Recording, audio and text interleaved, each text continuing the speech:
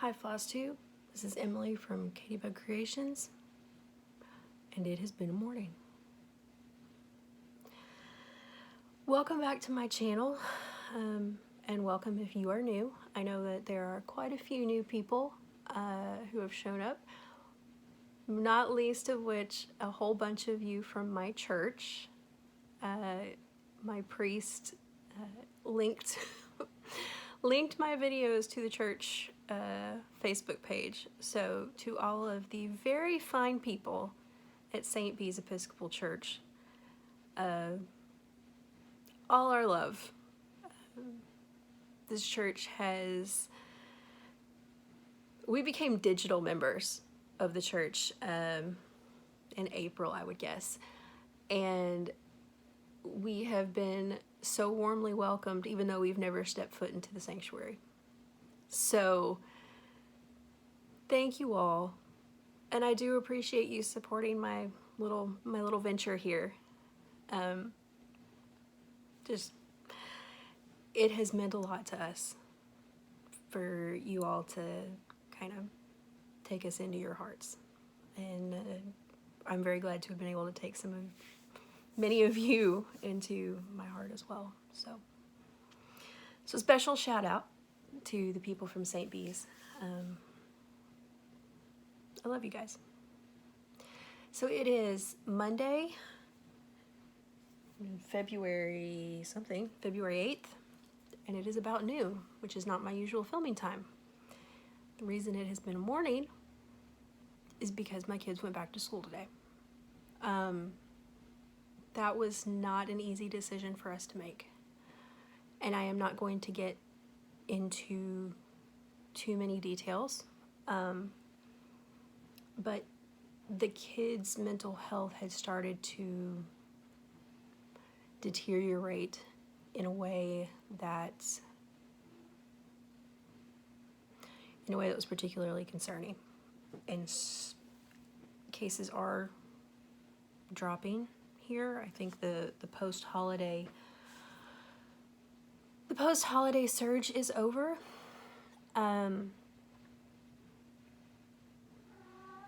That didn't make this morning any easier. That didn't make the choice any easier. But Miss Katybug was bouncing off the walls to go back to school. She was so happy. So, not a decision we made lightly. A very, very difficult decision, to be quite honest. But it's noon and I can record without being interrupted, unless it's an emergency. Possibly a cat. I don't know if you just heard Bergie meowing, but tried to sign up for a vaccine this morning. Can't get it. The city's whole system crashed. I've worked this morning, and I'm taking a break. I've had students turn in papers. I have not taken a look at them yet. This morning has been devoted to triaging my inbox and answering questions and typing up lecture notes, that sort of thing. So it's been kind of a morning. Pro tip, if you're in college, always read the syllabus. Just read the syllabus really, really well. Okay. And I was thinking about this. Hi, Bergie. Come here. Bergie is one of our cats. He likes to kill stuffies and then parade them about the house. Give it. You're rotten. Anyway, if you hear it's Bergie. Just a note about people sending their kids back to school, or worrying about it, or oh my gosh, we're gonna have a learning gap. People need to stop worrying about the learning gap, okay? Kids will catch up with their learning, okay? I do it every year, every semester. There's a learning gap that happens between fall and spring. There's a learning gap that happens over the summer.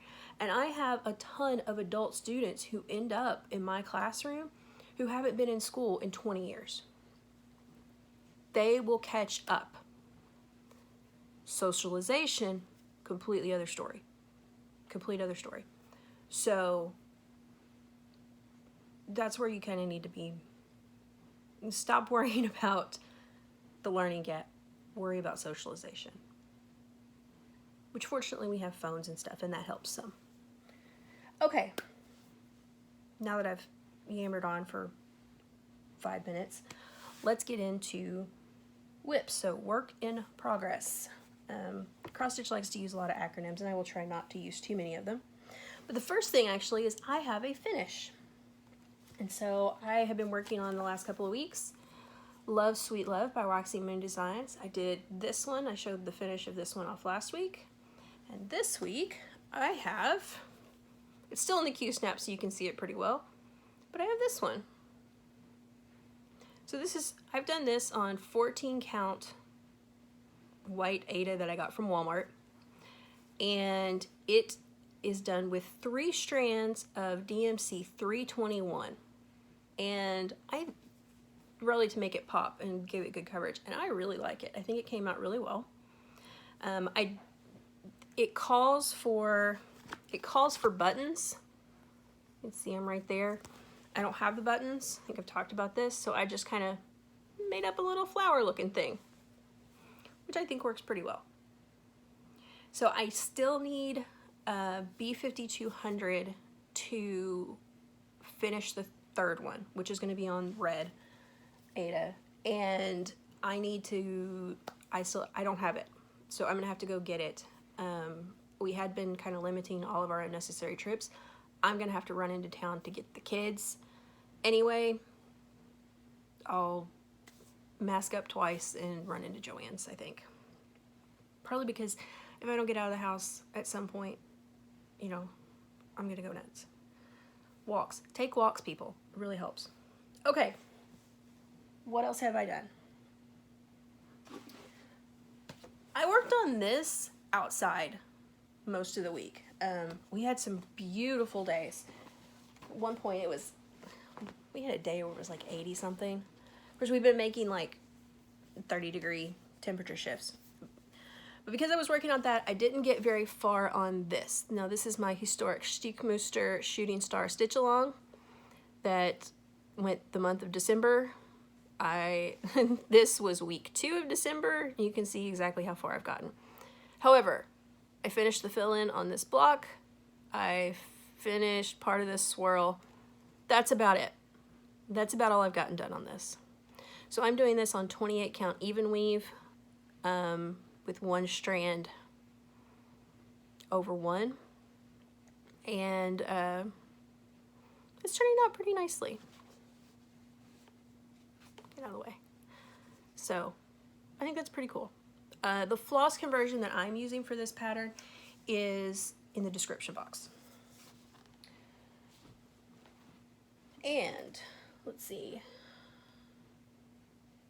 Then what? I worked on my ink circles. And I've worked a lot on my ink circles. So this is Celtic Quilts Kentucky Chain by Ink Circles. And I filled in all of the border. I've gotten the flowers all done. And so really all I have left to do is the background and the fill in on the background on these pieces. That's it. That's all I've got left to do. So I'm hoping I can get this finished this week. Excuse me. My goodness. So I'm hoping I can get this finished this week. So there's a little bit of the brown that needs to go around here, the outside. Now, the original pattern calls for this top rectangle to be filled in and this mid rectangle not to be. I think I'm going to fill both of them in on all of them. This is also using a floss conversion, and okay, like I said, this is using a floss conversion. This is my floss conversion. So you can kind of take a screenshot of that if you need to. This one here, I'm tweeting that with one strand of 3721 and one strand of 223, which I think is giving a very nice. All of these colors were already in the pattern except for 3721. So there you go. All right. Now that doesn't look like a whole lot, except I couldn't resist.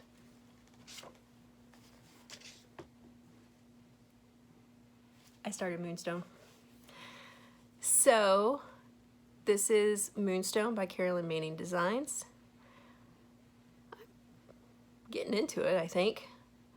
This is a whole lot brighter than you think it is.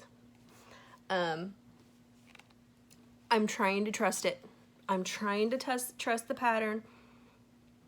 You know, right now it doesn't look too bad, but I've been stitching it under a very bright light because I have a daylight lamp, which I use for seasonal affective depression, but it also makes a really good stitching light. So you know, some of these are really bright, and then they're up against colors and you're like, I don't know if this is working, but I'm going to trust it. I'm going to trust it and see what happens. There are some places that I don't have filled in because I'm looking at the pattern. I'm going, is this actually how this is supposed to go? And I'm not real sure. So I'm so excited. It is not as meditative a stitch as I thought it was going to be. It's taking quite a bit of concentration. I mean, once you figure out, okay, well, this one needs to be white and this one needs to be purple, you know, you can do the diamond on autopilot, but it takes some pretty significant concentration to figure out exactly where everything's going. Now I'm also having some extreme fear of missing out. And FOMO's real, y'all. People are posting their February installment of Modern Folk Embroidery's 2021 stitch along called The Fruits of Plenty, and it is gorgeous. I don't know if I want to do it or not. Like, there's part of me that keeps wanting to do it because it is beautiful, and I'm seeing all these people do it in these beautiful colors. And there are two things stopping me. One is, it's not really my style.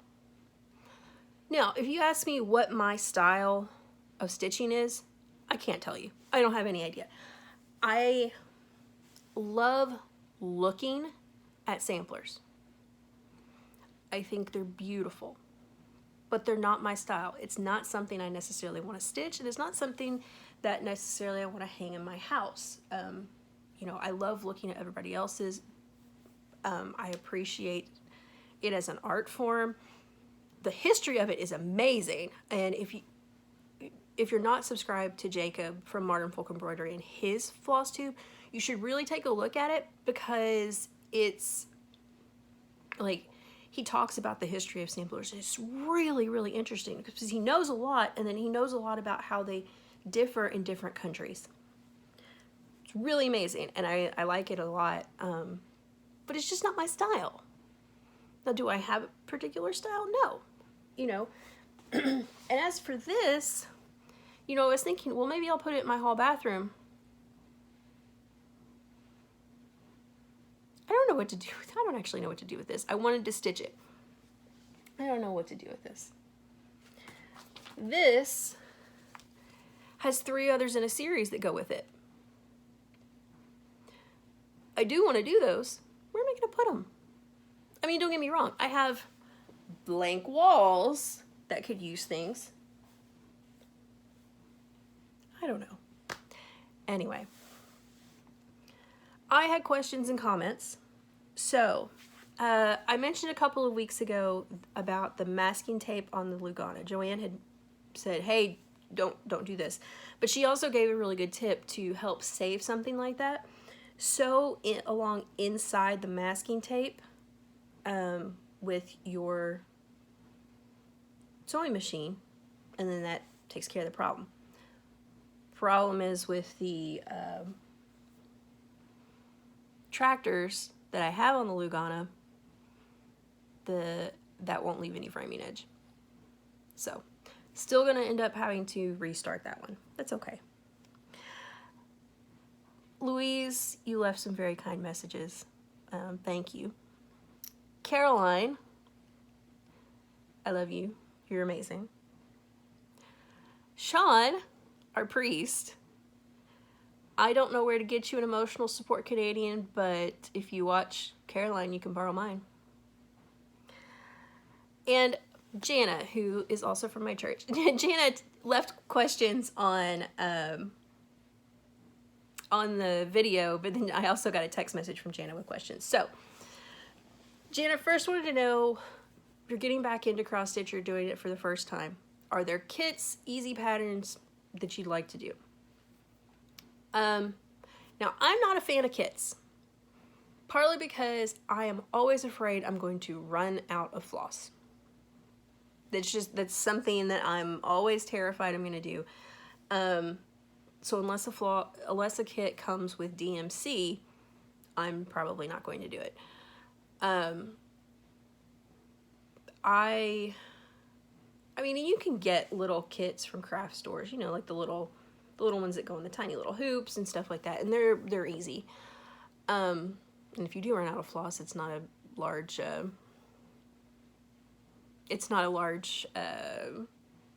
investment gone.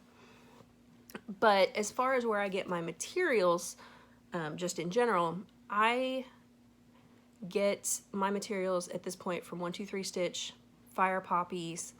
I often get patterns from Etsy, or I try to buy them directly from a designer store, online store.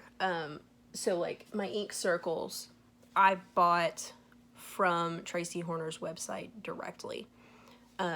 Doing that, she didn't have to pay for an Etsy surcharge. So I did that. Then, you know, and it really on Etsy, it's going to be do you find what you like. Now, keep in mind that you have to be careful on Etsy to a certain extent, because there are people who are using artwork that isn't licensed. So if you see like a big full coverage piece that's got like Disney princesses, you shouldn't buy that. Other thing she asked about were needle minders. And, you know, what was my flamingo? So this is a needle minder.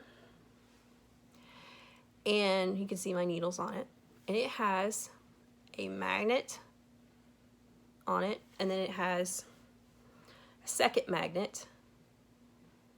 So you put it on the front, you put this on the back, and it holds it to it. And then the magnet also holds your needle. And some of them are strong enough to hold your scissors too, which I have to get some more of because mine have all, oh no, I lost the back. I'm probably sitting on it now. I'll find it in a bit. Oh no, there it is. Should put this back on because I don't want to lose my needle minder or my needle. So that's what that does. I also sometimes use it to hold a pattern to the piece I'm working on. Speaking of needle minders, I got new needle minders this week. So I got these from Mad for Minders. There's her business card. She runs an Etsy store. Try to get it to focus. Mad for Minders. And, you know, I'd heard about them before, and I was looking at it, and I was like, I was talking myself out of it, and then I saw this one.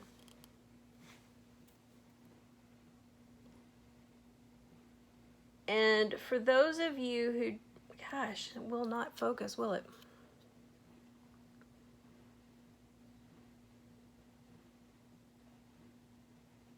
Okay. This is a Discworld needle minder.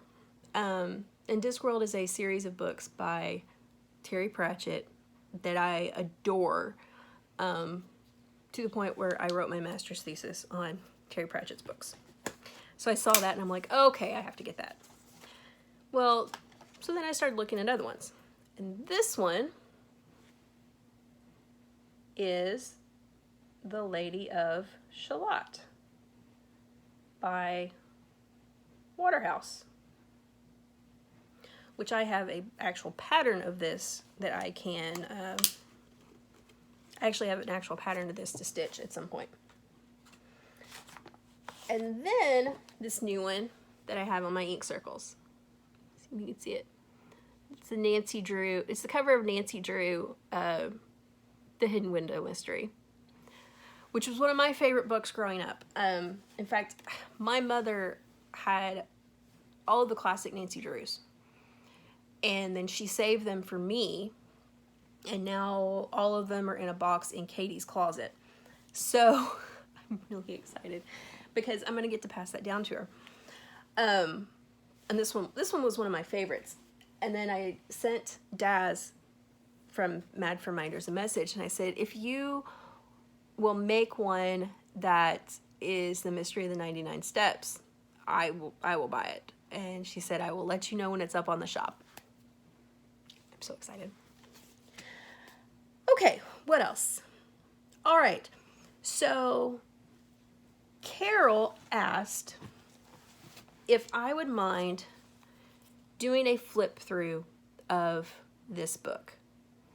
And somebody else had asked in one of the first comments, what is a pre-Raphaelite? William Morris was part of what's known as the Pre-Raphaelite Brotherhood. So this would be mid-1800s.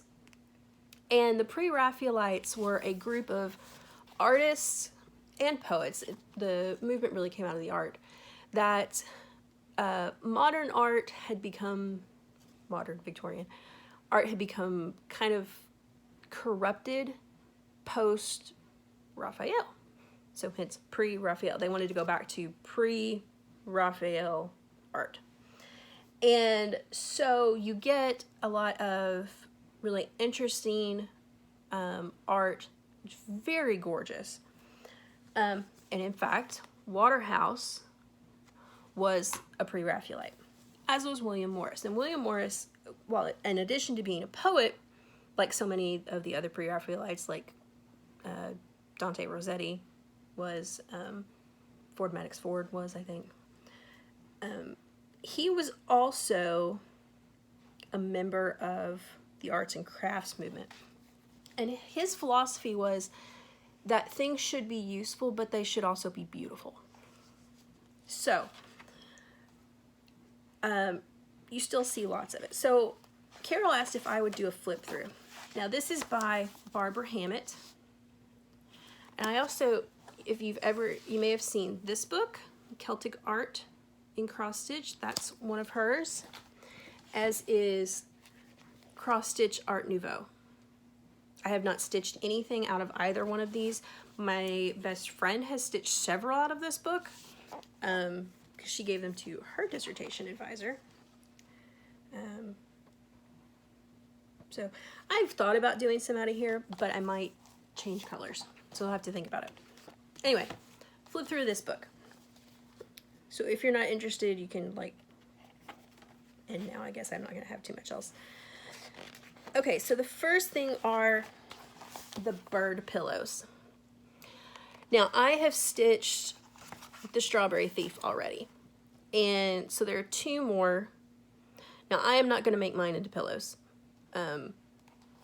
I have 2 cats and I have 2 small children. I'm not doing pillows. So these are based on textiles that Morris did. you know, and they're really pretty. And I actually have both of these kitted up.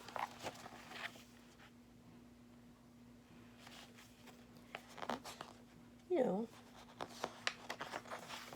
I just kind of do. There is the woodpecker tapestry. I don't know if you can see it real well.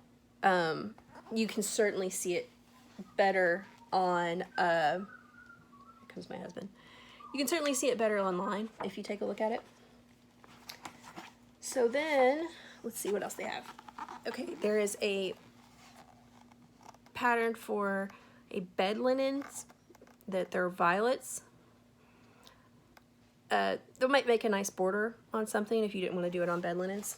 This book has a lot of projects for things other than, you know, just your standard. This is the Dove and Rose, and this comes from another tapestry, I think. There's a piece in this house. Yeah, it's a woven silk and wool cloth. There is a medieval jewel collection. This is a little trinket box that you can make. They have made it out of, what have they made it out of? Yeah, it's plastic canvas. And then they used metallic thread. Now they used Madeira metallic, which I'm not familiar with. Most of what the metallic I've ever used has been Kreinik or DMC Diamond. Although I don't see why you couldn't use DMC Diamond. Here are some brooches that you can make. So there is a golden bow and the flower pendant and silver leaves. Sorry, the light's not real good here.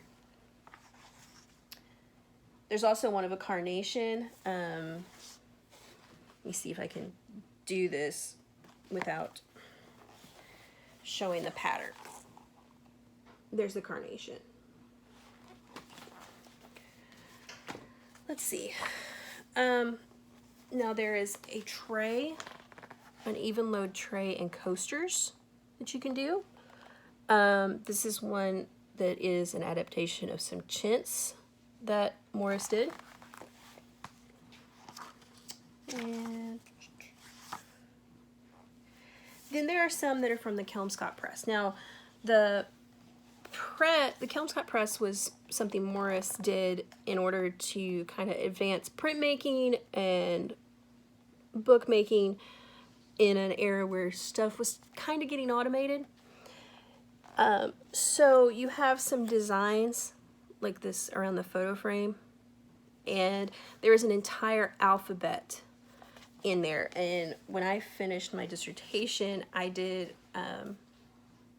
the alphabet, and I did the initials of each of my committee member and put them in paperweights, which is really cool. So I did that. Here's a footstool, the Pimpernel footstool. Again, I have small children and cats. I'm not making a footstool that has this on here. And I don't have any idea where you would find the actual stool. Let's see. She doesn't give a particular thing. There are bowl lids, pomegranate bowl lids. And I could see doing that on a shaker box, perhaps, if you like doing that. Here are larkspur tablecloth and linens.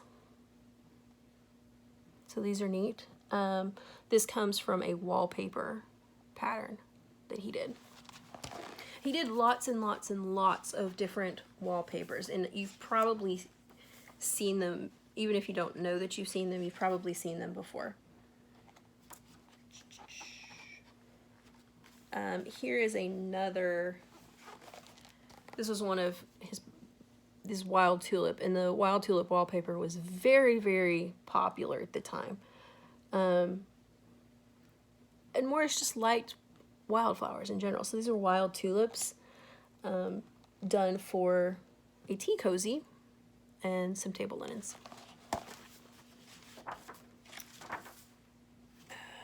let's see. There is what she calls the Flower Garden Collection. And this is a set of patterns for a glasses case, a checkbook cover, and a credit card wallet that you can make. This is another one that I thought about making. These are tapestry pictures and they're flowers. And they're done on a dark green Aida. They're poppies, bachelor's buttons, fritillary, and campion. And you can do them as these separate, or let's see if there's, I think there's a picture of it, she mentions it. You can put some of them together to make an orange bell pull. It has some of the designs in there anyway. There is a dresser set, so like a dresser runner and stuff for the back of a hairbrush and a mirror. I don't know where you'd find that.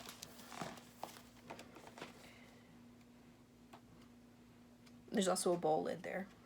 And then this one is based on Morris's retelling of Brer Rabbit. Or his illustrations for it anyway. At least it's based on Brer Rabbit. He read that to his daughters, so.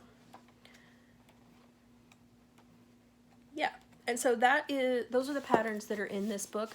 This book is out of print, but you could try eBay, you could try Etsy, you might also try thrift books. I bought this at a local half-price bookstore. I guess it was local to me at the time. It was in Lexington. So that's where I got this. If you see anything else that you would like me to do a flip through, I'd be more than happy to do so. At some point, I think that might be nice to make. Again, I don't have any one particular style of cross stitch that I like. I did have one more thing to show you guys. This is now my cross stitch journal. So each day, so at the front, I'm going front, so I have each day, here's the week, here's what I worked on each day. This week's Flosstube episode notes. And then in the back, going back to forward, I'm doing the projects. So the designer, the fabric, the threads, any notes, like I'm doing a conversion, when I finished it, or when I started, when I finished, and then how big it is. So I've seen a lot of people there with like calendars and plans, and I'm not that organized, but I did think it might be nice to kind of have a record of what I have been doing. So that is all. I feel like I'm in a better mood now that I've recorded my Flosstube. It's amazing how that will do things for you. I'm going to go feed the cat. I'm going to have lunch, and then I'm going to get back to it, I guess. So have a great week. Stay safe. Be kind to somebody, and that includes yourself. Bye, y'all.